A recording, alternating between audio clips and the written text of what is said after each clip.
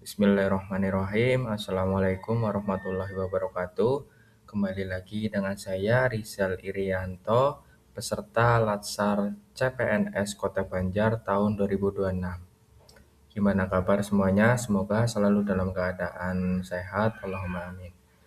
Oke, pada sesi kali ini saya ingin membahas materi yaitu mengenai Smart ASN. Langsung saja kita mulai bahas. Oke, langsung saja kita bahas mengenai materi Smart ASN, yaitu di sini disebutkan literasi digital. Jadi, literasi digital banyak menekankan pada kecakapan pengguna media digital dalam melakukan proses mediasi media digital yang dilakukan secara produktif. Kemudian, seseorang pengguna yang memiliki kecakapan literasi digital yang bagus tidak hanya mampu mengoperasikan alat, melainkan juga mampu bermedia digital dengan penuh tanggung jawab. Literasi digital itu sendiri dibagi menjadi 4 kompetensi. Yang pertama, kecakapan menggunakan media digital atau digital skill. Yang kedua, budaya menggunakan digital atau digital culture. Yang ketiga, etis menggunakan media digital atau digital ethic. Dan yang terakhir, aman menggunakan media digital atau digital safety. Oke, selanjutnya kita bahas indikator yang dipakai dalam menentukan keberhasilan terwujudnya Indonesia Digital Nation. Ini ada beberapa metode. Yang pertama yaitu International Communication Union atau disingkat ITU. Kemudian yang kedua ada Institute of International Management Development atau disingkat IMD. Dan yang ketiga ada Katadata Insight Center. Masih terkait tentang literasi digital, di sini ada implementasi literasi digital. Disebutkan kerangka kurikulum literasi digital ini digunakan sebagai metode pengukuran tingkat kompetensi kognitif dan afektif masyarakat dalam menguasai teknologi digital. Guna mendukung percepatan transformasi, ada 5 langkah yang harus dijalankan, yaitu yang pertama, perluasan akses dan peningkatan infrastruktur digital. Yang kedua, persiapan betul roadmap transportasi digital di sektor-sektor strategis, baik itu di pemerintahan, layanan publik, bantuan sosial, sektor pendidikan, sektor kesehatan, perdagangan, sektor industri, dan juga sektor penyiaran. Kemudian yang ketiga, percepatan integrasi pusat data nasional sebagai yang sudah dibicarakan. Kemudian yang keempat, persiapkan kebutuhan SDM talenta digital. Dan yang terakhir, persiapan terkait dengan regulasi, skema-skema pendanaan dan pembiayaan untuk dilakukan secepat-cepatnya.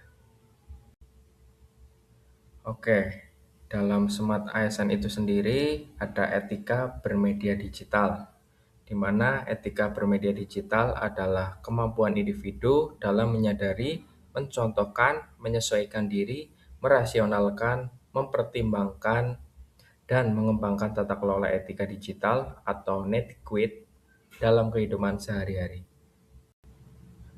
Untuk ruang lingkup etika digital itu sendiri ada kesadaran, kebajikan, integritas atau kejujuran, dan juga tanggung jawab.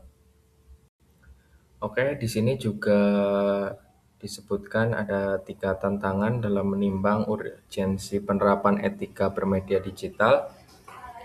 Yang pertama, yaitu penetrasi internet yang sangat tinggi dalam kehidupan sehari-hari masyarakat Indonesia.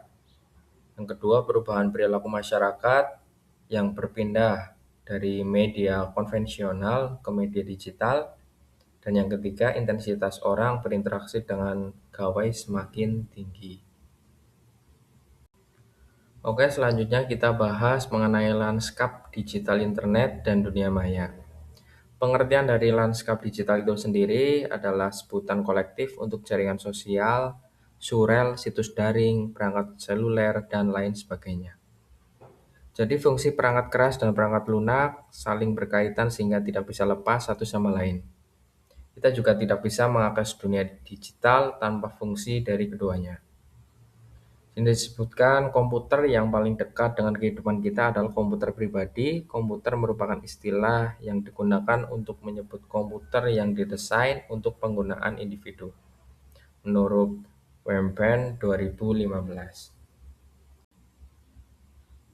Di sini juga disebutkan 3 tahapan kerja mesin pencari informasi. Yang pertama yaitu penelusuran crawling, yang kedua pengindeksan indexing, dan yang ketiga pemeringkatan ranking. Oke, dan yang terakhir kita juga harus tahu apa itu bedanya etika dan juga etiket berinternet. Jadi di sini ada perbedaannya ya teman-teman antara etika berinternet dan juga etiket berinternet. Yaitu misal etika berinternet jangan menggunakan huruf besar atau kapital. Apabila mengutip dari internet, kutiplah seperlunya.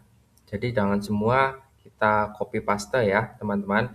Yang ketiga, memperlakukan email sebagai pesan pribadi. Yang keempat, berhati-hati dalam melanjutkan email ke orang lain. 5. Biasakan menggunakan format plain text dan jangan sembarangan menggunakan HTML ya. Dan yang terakhir, jangan kirim file berukuran besar melalui attachment tanpa izin terlebih dahulu dari penerima pesan. Sedangkan dari etiket berinternet itu sendiri, yaitu menulis email dengan ejaan yang benar dan kalimat sopan. Yang kedua, tidak menggunakan huruf kapital semua. Yang ketiga, membiasakan menuliskan subjek email untuk mempermudah penerima pesan. Yang keempat, menggunakan PCC untuk menghindari bersebarnya email milik orang lain dan lain sebagainya. Oke, mungkin cukup itu yang dapat saya sampaikan dalam materi terkait Smart ASN.